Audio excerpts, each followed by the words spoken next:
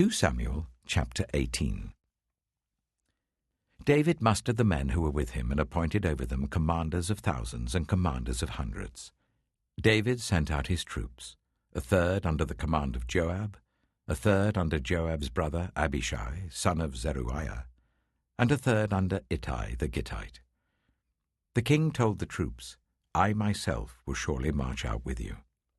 But the men said, "You must not go out. If we are forced to flee, they won't care about us. Even if half of us die, they won't care. But you are worth 10,000 of us. It would be better now for you to give us support from the city." The king answered, "I will do whatever seems best to you." So the king stood beside the gate while all his men marched out in units of hundreds and of thousands. The king commanded Joab, Abishai, and Ittai, "Be gentle with the young man Absalom for my sake."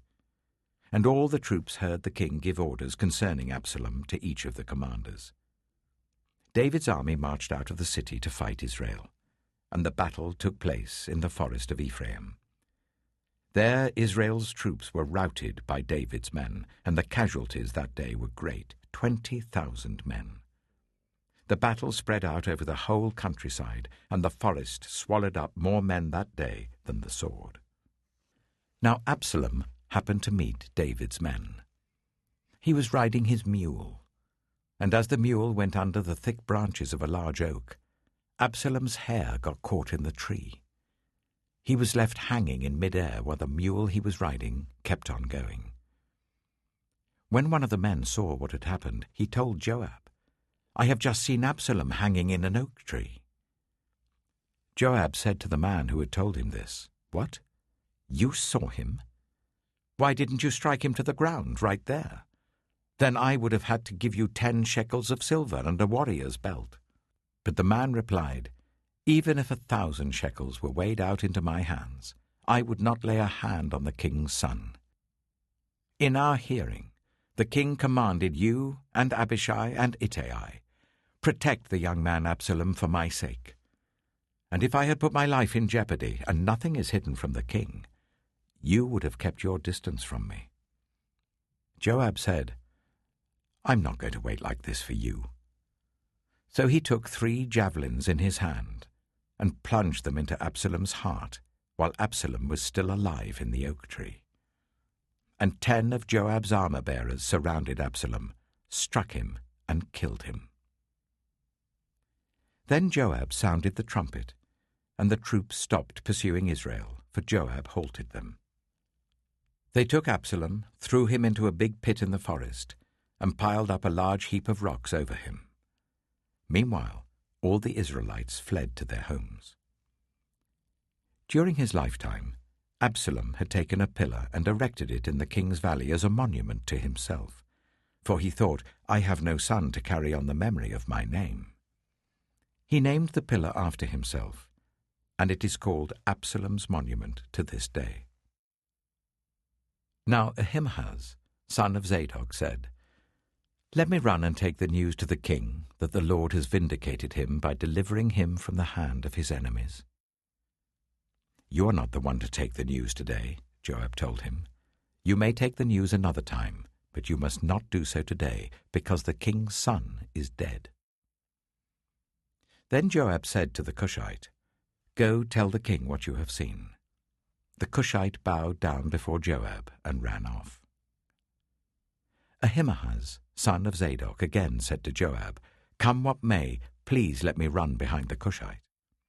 But Joab replied, "My son, why do you want to go? You don't have any news that will bring you a reward." He said, "Come what may, I want to run." So Joab said, "Run." Then Ahimaaz ran by the way of the plain and outran the Cushite. While David was sitting between the inner and outer gates, the watchman went up to the roof of the gateway by the wall. As he looked out, he saw a man running alone. The watchman called out to the king and reported it. The king said, "If he is alone, he must have good news." And the runner came closer and closer. Then the watchman saw another runner, and he called down to the gatekeeper, "Look, another man running alone." The The king said, "He must be bringing good news too." The watchman said, "It seems to me that the first one runs like Ahimaaz, son of Zadok." "He's a good man," the king said. "He comes with good news." Then Ahimaaz called out to the king, "All is well." He bowed down before the king with his face to the ground and said, "Praise be to the Lord your God.